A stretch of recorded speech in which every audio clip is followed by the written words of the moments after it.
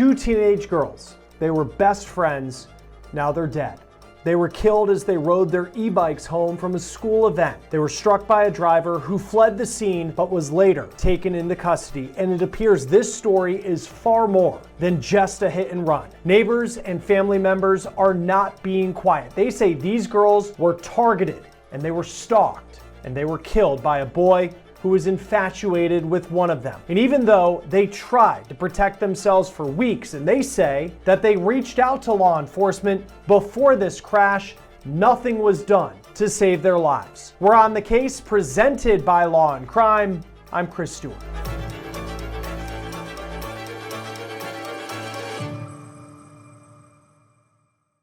Any story where someone loses their life, and in this case, two people who are just in their teenage years, it is incredibly tragic. But what makes it even more shocking is the fact that this was apparently a targeted attack. That's at least what family members and neighbors of the victims are saying.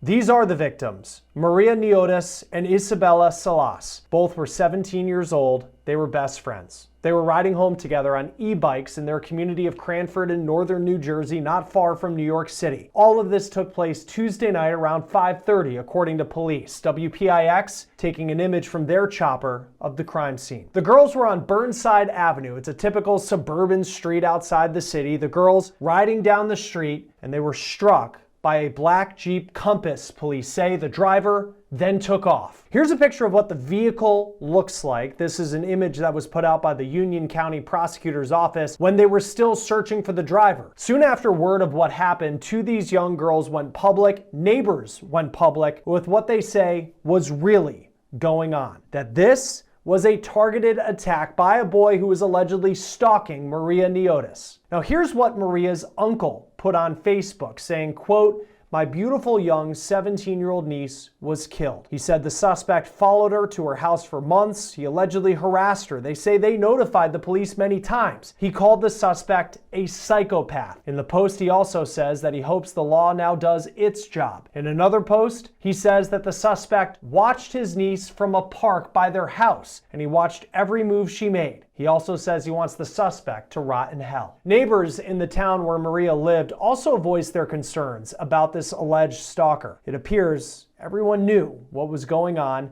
allegedly involving Maria and this boy. It is possible, according to WNBC television, that Maria was in a relationship with this boy and this was potentially over a breakup, or it was over some kind of argument. Now, at the time of this recording, Union County prosecutors have not named the suspect in this case. All we know is that he's 17 years old. This is the news release that they put out yesterday announcing his arrest. The alleged killer now facing 2 counts of first-degree murder. Now, the name of the suspect, again, that's not been made public, and we're waiting to learn more information about him. But as soon as this story went public and chatter started to spread, and remember, so many people in this neighborhood apparently know exactly who this boy is. We're not going to name him until the prosecutors do, but word got to the police chief of Westfield, New Jersey. His name is Chris Badaloro. And he went public on Facebook with this statement, which is very out of the ordinary in cases like this, but potentially speaks to just how much anger there is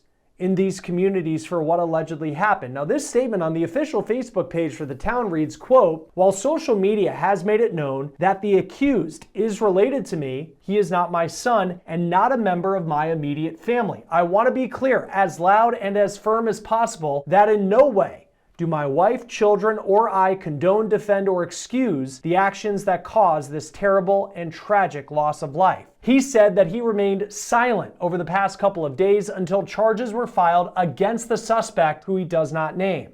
Now, it's hard to imagine what the families of these victims are going through. Here's a picture posted by Isabella's family. This was just days ago. Their daughter behind the wheel, learning how to drive as so many teenagers do. The caption by her mom reads a moment like this. Maria's obituary says she was born in Greece and she moved to the United States. She was going to high school in the town of Cranford, New Jersey, and once she graduated from that, she was planning to start a career in cosmetology. There is a GoFundMe that has been launched for the girls this week, and it has raised more than $130,000. Join us now to talk about this is retired NYPD detective and co-host of the Gold Shields podcast, Tom Smith. It's always great to have you on Law and Crime.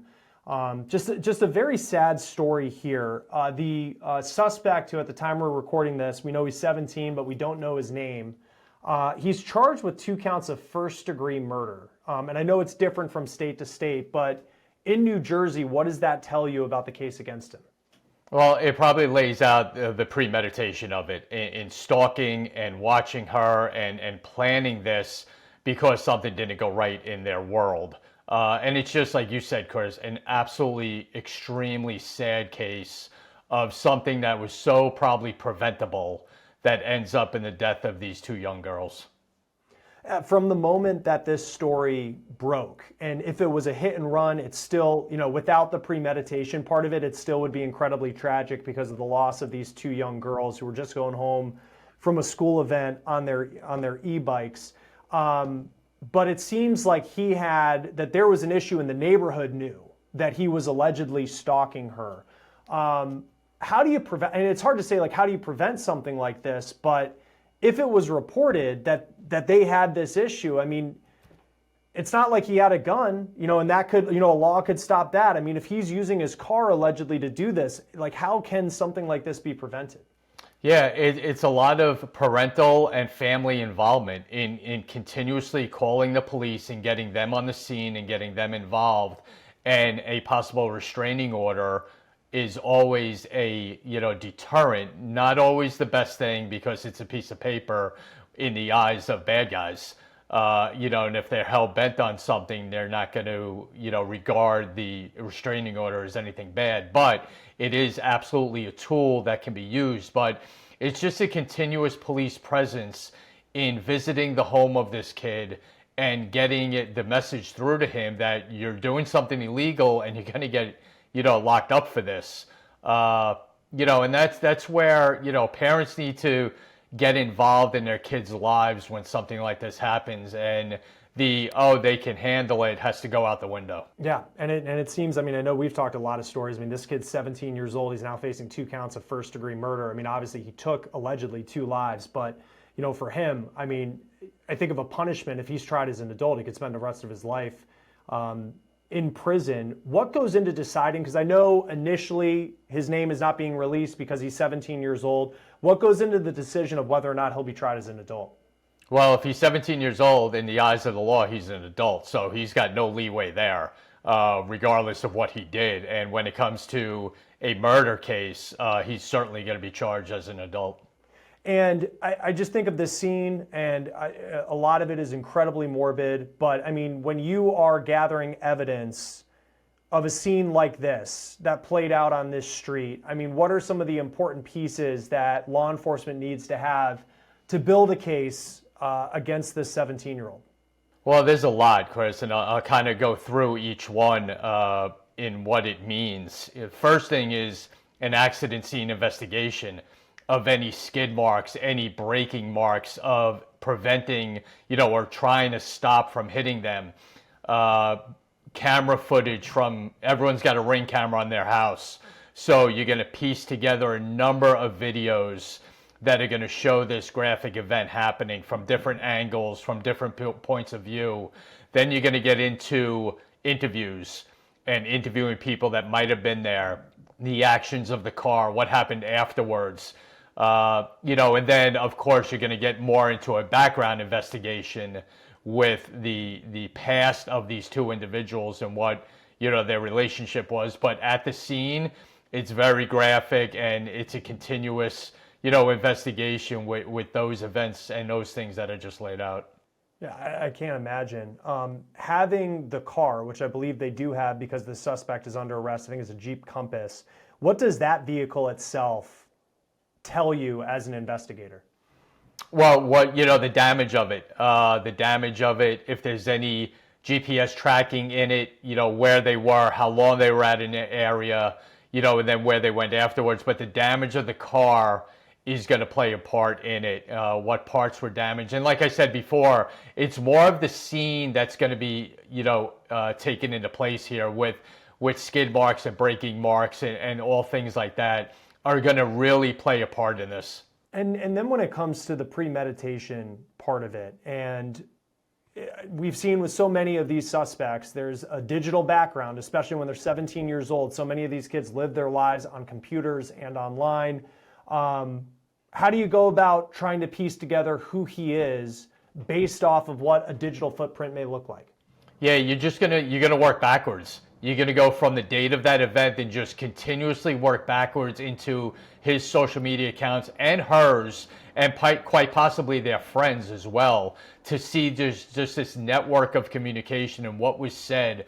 But you're gonna work backwards, and you're gonna keep going and keep going, because there's gonna be a lot there. Like you said, these kids today, especially 17 years old, are always communicating with one another with what's going on in their lives and a number of different platforms that they're on. So all of that is going to play a part in this as far as the premeditation goes and the relationships of these people. He apparently had an infatuation with this girl, Maria, who's one of the victims. We don't know exactly, were they boyfriend, girlfriend, how long the relationship was, but they knew each other to some extent. And he apparently had an infatuation with her. And, I just think that, that such young lives ruined in this story. I guess in your experience in dealing with this, how often does these like teen emotions, love, and all of that come out and end in a way, frankly, as just horrific as this one? Yeah, maybe not as horrific as this, but you've dealt with ones that, relationships and stalkings and not being able to let go of relationships. And you got to remember, they're 17-year-olds. They don't even know what relationships are yet, or how to handle them, or what love is all about. And they get wrapped up in this, trying to be adults in this adult world, and they just can't process something not working out for them. So that's where the problem lies when it comes to especially kids and teenage kids that are involved in relationships like this. What is the legal threshold for stalking? So if he is parked, it was reported that neighbors have said he was parked outside the house for several nights, if not weeks, if not longer, I think. But then at the same time, it's a free country. You can go wherever, maybe he just likes parking on that street, could be the argument that a defense attorney would make. What is the legal threshold for something to be considered stalking? It's going to be a lot. It's going to be, and unfortunately, you're not going to be able to interview the victim in this, but you're going to get into the parents and interviewing them about conversations that took place. How scared was this girl of this guy? And you're going to, like I said, go into interviews of their friends in school, their teachers. Was anything so evident that this girl was so scared, to be around him or near him? That's going to play a major role with the stalking charge. And of course, like we just said, the digital footprint. What was said on those text messages? Were there any threats that were made by him? And how did she take that? So all of that kind of lays on top of one another when it comes to building a stalking case. How do you go about getting in, say there was an Instagram and the Instagram was deleted as far as the public, but actually getting that information, learning what his handle would have been? How does law enforcement go about that? Well, you're gonna conduct a search warrant basically, and you're gonna ask Instagram or Google or whoever is involved with those platforms to cooperate in this case, and you're gonna send them a search warrant for the particular accounts of the people that you want to see into. Sadly, when you cover crimes, and I think back to when I worked in local news, like sometimes you'll go to a scene like this and nobody wants to talk to you, and you're the guy with the microphone. In this case, it seemed that everybody in the neighborhood was ready to go tell the local media that this is not just a regular hit and run. This was something far more than that, and everybody seemed to know the story as well of what's being alleged. I will say police have yet to confirm a lot of it, but that story's been put out there. What does that tell you about just the willingness of this community and the awareness they have about what they say was far more than just your run-of-the-mill hit and run? Yeah, you know what? That's a community you want to live in, because they're looking out for one another and they're aware of what's going on. The thing is, who did anything about it? That's it's great that everyone came forward after the event and said, I knew this, I knew this, I knew this, but what did they do beforehand to bring it to the attention of local police or the school or anything like that to maybe prevent this? Not laying it on them at all, but you just want to know if there was that much knowledge of this stalking going on, what was done about it. And you know what? The other thing is, this could be any family. And that's what scares everyone. And that's what's, everyone wants to get what's going on with this, and maybe warning signs and red flags that go up in your own relationships about, what to look out for on a parent level as well. So I think that all plays into it as well.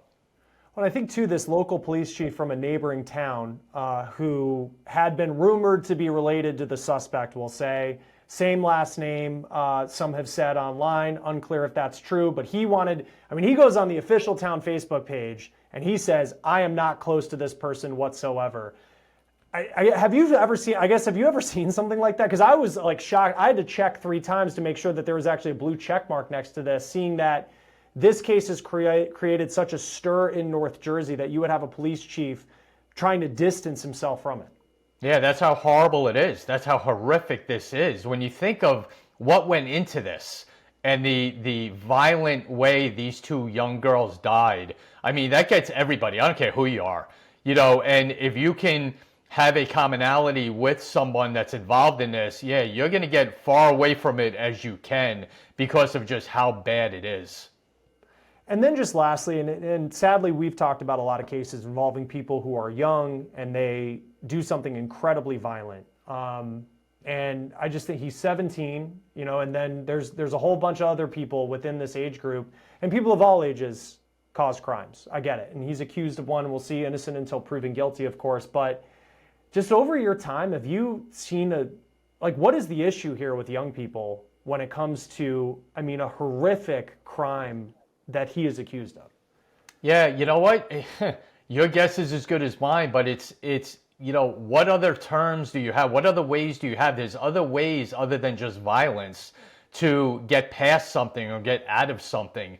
And somehow, we've done shows together, Chris, these young kids that's their default mechanism is to just do something violent to get out of a situation. And it's not the case. Go to your parents and talk to them. Hey, I'm having a tough time with this. A teacher, a coach, or mentor, a sibling, anybody, to just try to talk more than just actions. Actions are taking over way too easy when it comes to these cases where a simple conversation with an adult or with someone you look up to can prevent something like this. And I think that just needs to be out there more. And once we learn this suspect's name, it'll be interesting. But I just think, and this is probably more of a question, for a prosecutor, and they'd be the one who has to prepare for a defense. But I think if you have the vehicle, you have potentially him driving the vehicle, it may not be much of a whodunit. What would the defense be for something like this? And I know that's the question for the defense attorney that will defend him. But at this point, you would have to think it's a pretty strong case that investigators would have. Yeah, they're going to do their job. As horrific as cases are, defense attorneys have a job to do. And they're going to bring up certain things, maybe how certain evidence was collected. Was there any, bullying going on or, stuff like that in interviews. So there's going to be a lot that the defense attorney is going to try to do. But in the end, you can't get away from the evidence. You can't get away from the actions of what was happening. So, is a plea deal in the works, really quick to prevent or, stay away from a trial that the parents would have to go through. So, I could see a quick end to this, but we'll have to see how it plays out. Yeah, just can't think of the parents, what they're going through, for this to take place. We'll see how the legal process plays out. Retired NYPD Detective Tom Smith, the co-host of the Gold Shields podcast. It's always great to have you on Law and Crime. Thanks for being with us. Always a pleasure, Chris. Thank you. We will keep a close eye on this story as we continue to work to learn the name of the suspect in this case. That'll do it for On the Case, presented by Law and Crime. Subscribe to us on YouTube and Spotify. I'm Chris Stewart. We'll see you next time.